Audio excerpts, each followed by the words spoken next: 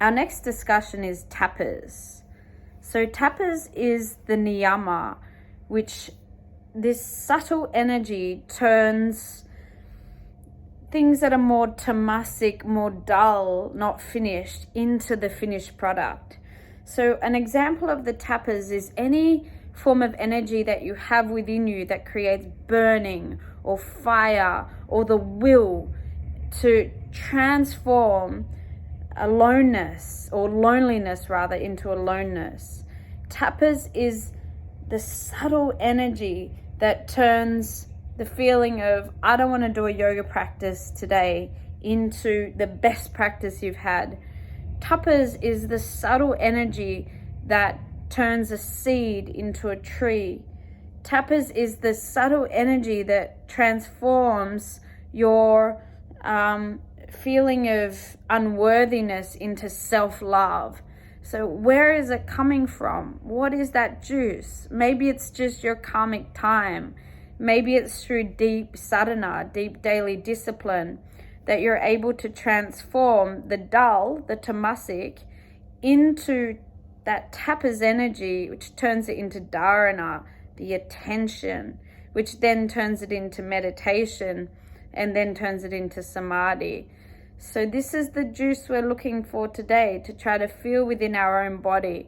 What is the tapas that makes you want to do that last rep in the weight, in your weights, if you do weights, or the tapas to just put in that extra touch of love into your cooking, or the tapas to say, hey, no, I'm going to cook a healthy meal versus get Uber Eats, or I'm going to have the tapas to have a spiritual life. When a friend calls up to say, hey, you want to go get drunk, or you want to go eat junk food, it's the tapas to go, no, I'm going to not do that. I'm going to stay on the spiritual path. I'm going to stay on the middle path, is the tapas. And it's really an inquiry from within where that comes from and how strong it is. It's something to do with our individual will, the desire. It's really important with tapas that we don't overdo it. So how you can know that you're not overdoing the tapas is something really easy, and that's called intention. So if we keep coming back to our intention, what is my intention to do my practice today? Is it to become really skinny? Is it to, I'm not good enough, so I need to do the practice? Or is it coming from a place that's benefiting us? And if so, then that's the right amount of tapas. For example, you could want to do a fast in order for the intention is to heal your body, to detoxify your body. When that fast is done incorrect, it's because you don't feel worthy enough, that you want to get skinny because you hate yourself or something. So that's not the right use of tapas. So we've got to be really clear that the tapas, the intention, is happening out of self-love.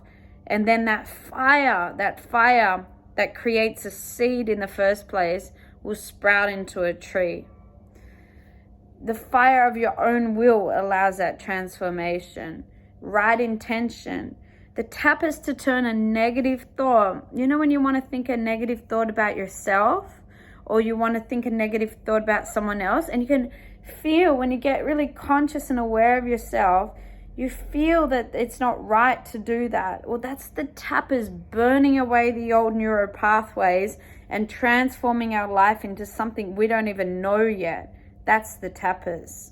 So we generate tapas through doing our discipline, but we need the tapas to first do it. So let's close our eyes right now and see where we're cultivating the tapas from. Bring your awareness to your breath.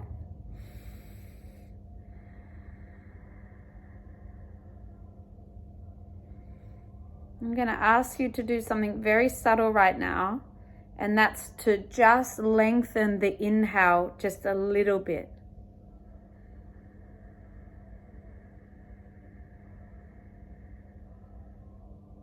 And just lengthen your exhale just a little bit.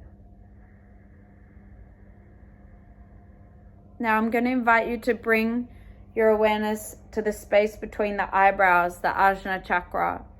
I'm going to ask you to take 5 rounds of breath, keeping your awareness to your eyebrow center.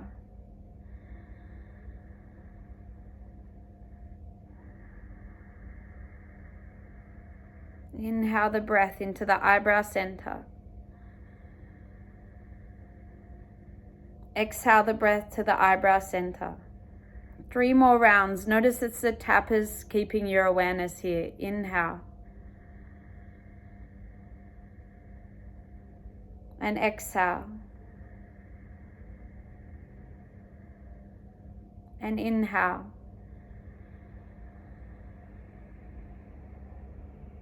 And exhale. And slowly open your eyes. When all of these spiritual teachings they have to be applied really in the middle path. If we're using any of these extraordinary superpowers, if you like, from the properties of yoga, if we're using it to our own